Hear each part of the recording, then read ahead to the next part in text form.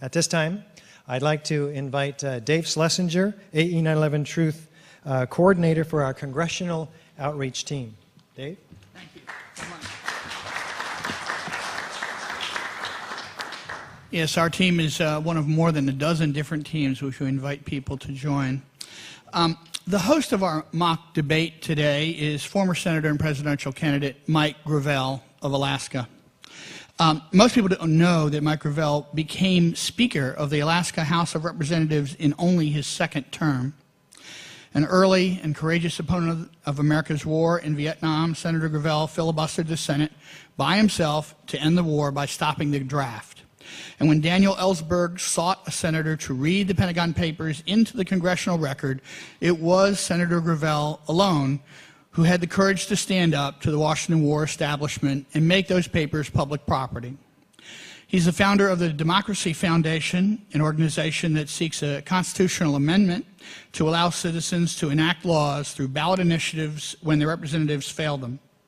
As Democratic candidate for president in 2007, he demanded an immediate end to the war in Iraq and an end to the dominance of the military-industrial complex over national policy. As Libertarian candidate for president in 2008, he demanded an end to the cycle of American imperialism and endorsed the New York City 9/11 ballot initiative to create a private citizens commission with subpoena power against even the highest government officials to make a true investigation as to what happened on September 11th, 2001. It's an honor to introduce one of America's true profiles in courage, Senator Mike Gravel.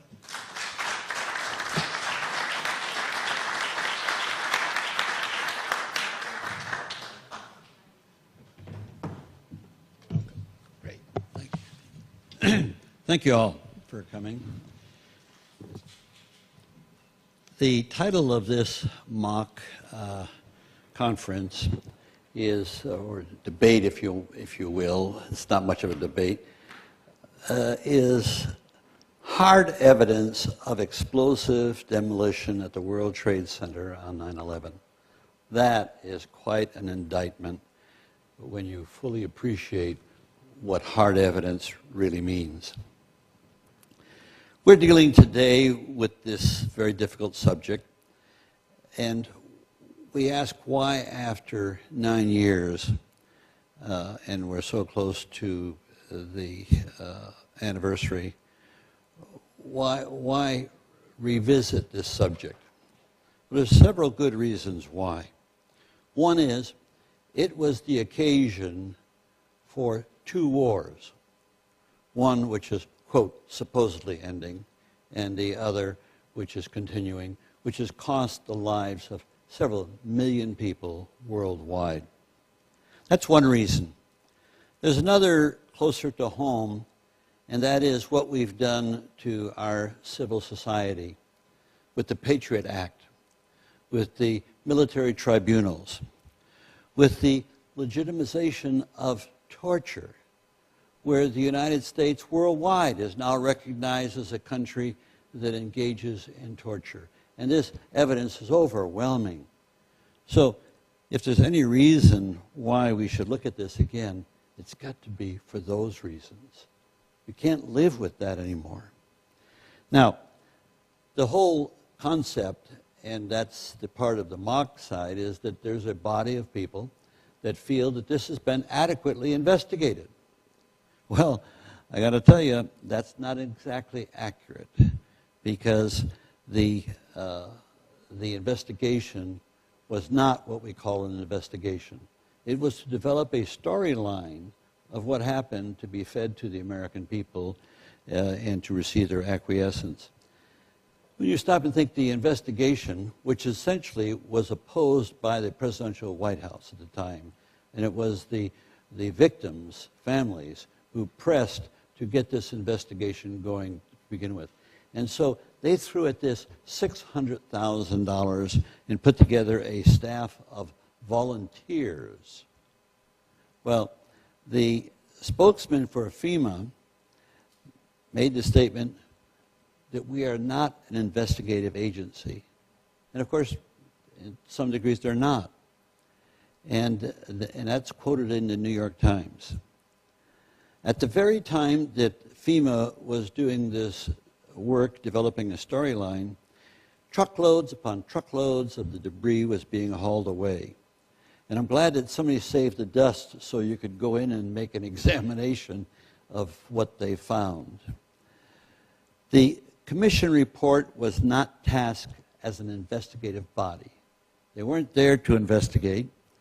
They were made up of basically politicians and government appointees and very few engineers.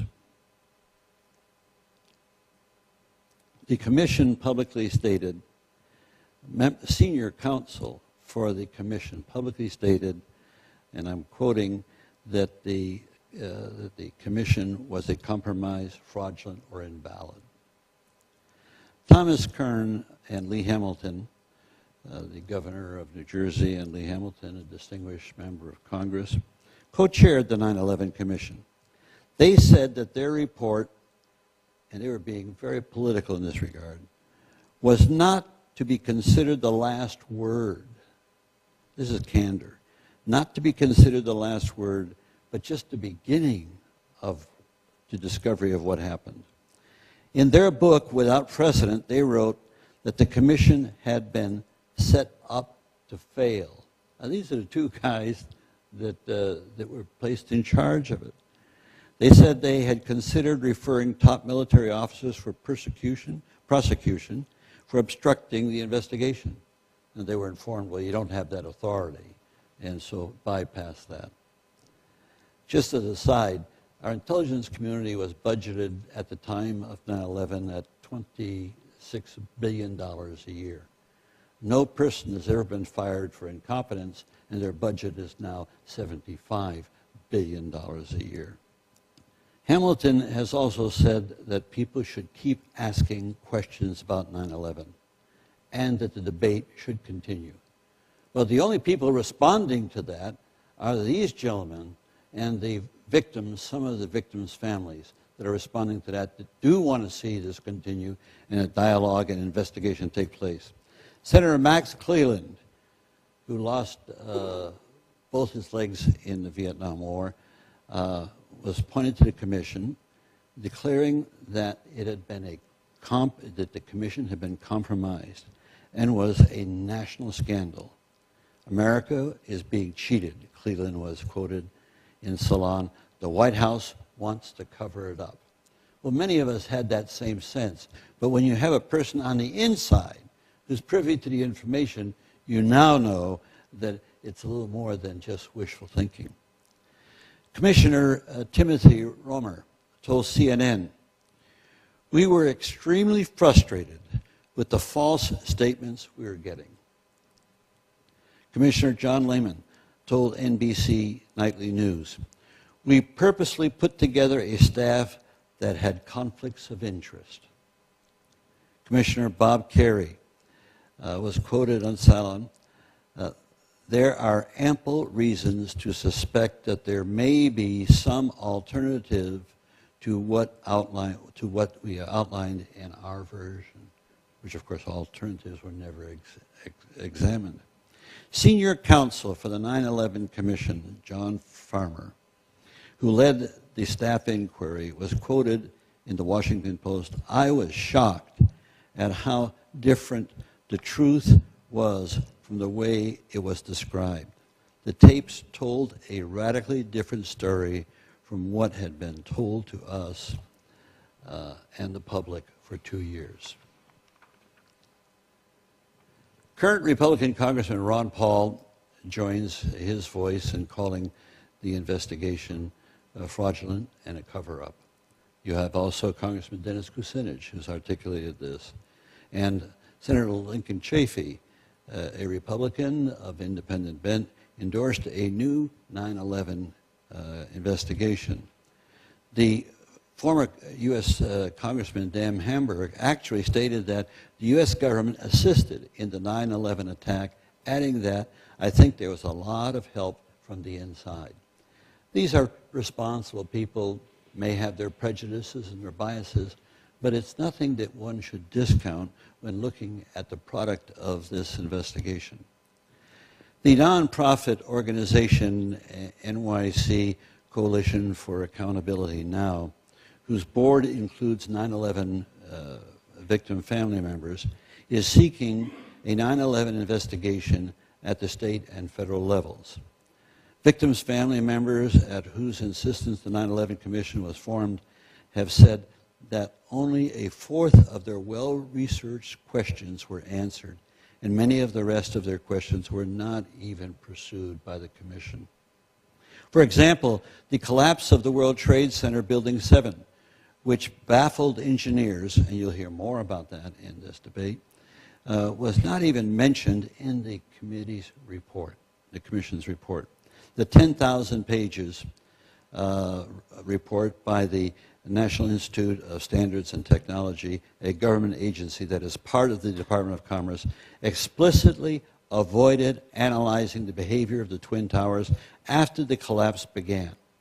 The focus of the study was on how each tower became poised for collapse by the damage caused by the jetliner impact and resulting fires.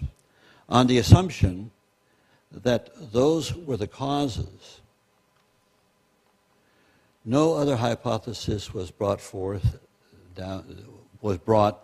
about how these skyscrapers were brought down or discussed in the report. More broadly, when Colin Powell was trying to get the UN to authorize U.S. action to go after Osama bin Laden in Afghanistan, now mind you, this wasn't the appearance before the UN where he lied about the intelligence that we had. This was earlier. He promised to provide the evidence of al-Qaeda's involvement in 9/11, a white paper, which has never materialized. To this day, the FBI website does not list Osama bin Laden as being sought in connection with the 9/11 attacks, with its spokesman explaining that there is no hard evidence linking bin Laden to the attack. FBI Director Mullah admitted that not a single piece of paper linked the officially named suspect in the attack.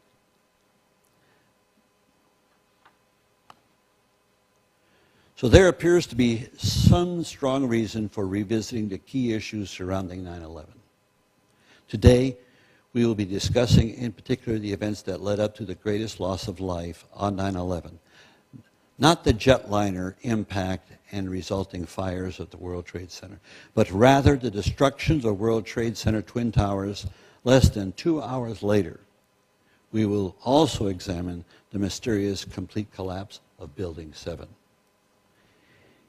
Engineers associated with the United States government blame the destruction of all three of these modern steel frame skyscrapers on the jetliner impact and fires. It is outlandish to doubt their conclusions, is it? Many people have doubts about the beginning. Over the year, a whole movement has arisen consisting of concerned citizens all over the world, the so-called 9/11 Truth Movement. Movements like this start out because the government doesn't do its job, and so people thinking the worst then are abroad with all hosts of conspiracies. But that's not what this debate is about. We're talking about a body of people with the technology and the knowledge to deal with the specifics, not the political aspects of it, with the specific technical elements involved in the destruction of the Trade Center and Building 7. According to a Zogby poll in 2007, 51% of Americans questioned the official 9/11 account. Well, we're going to take our own poll right here, right now. And then after you've had a chance to see the argumentation on both sides, we'll take another poll. But right now, let me ask you 3 questions. Libertarian candidate for president in 2008. He demanded an end to the cycle of American imperialism and endorsed the New York City 9/11 ballot initiative to create a private citizens commission with subpoena power against even the highest government officials to make a true investigation as to what happened on September 11th, 2001. It's an honor to introduce one of America's true profiles in courage, Senator Mike Gravel.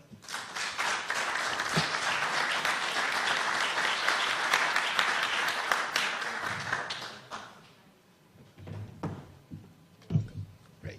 Thank you. Thank you all for coming.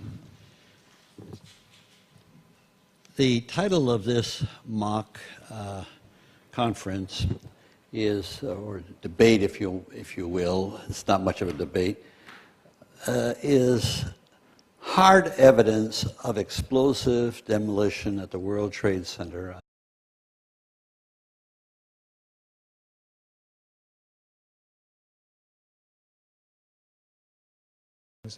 At this time, I'd like to invite Dave Schlesinger, AE 911 Truth Coordinator for our Congressional Outreach Team. Dave? Thank you so much. Yes, our team is one of more than a dozen different teams which we invite people to join. The host of our alone, who had the courage to stand up to the Washington War establishment and make those papers public property. He's the founder of the Democracy Foundation, an organization that seeks a constitutional amendment to allow citizens to enact laws through ballot initiatives when their representatives fail them. As Democratic candidate for president in 2007, he demanded an immediate end to the war in Iraq and an end to the dominance of the military-industrial complex over national policy. As mock debate today is former Senator and presidential candidate Mike Gravel of Alaska. Most people don't know that Mike Gravel became Speaker of the Alaska House of Representatives in only his second term.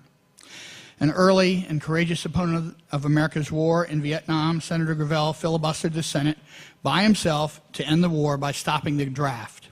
And when Daniel Ellsberg sought a senator to read the Pentagon Papers into the congressional record, it was Senator Gravel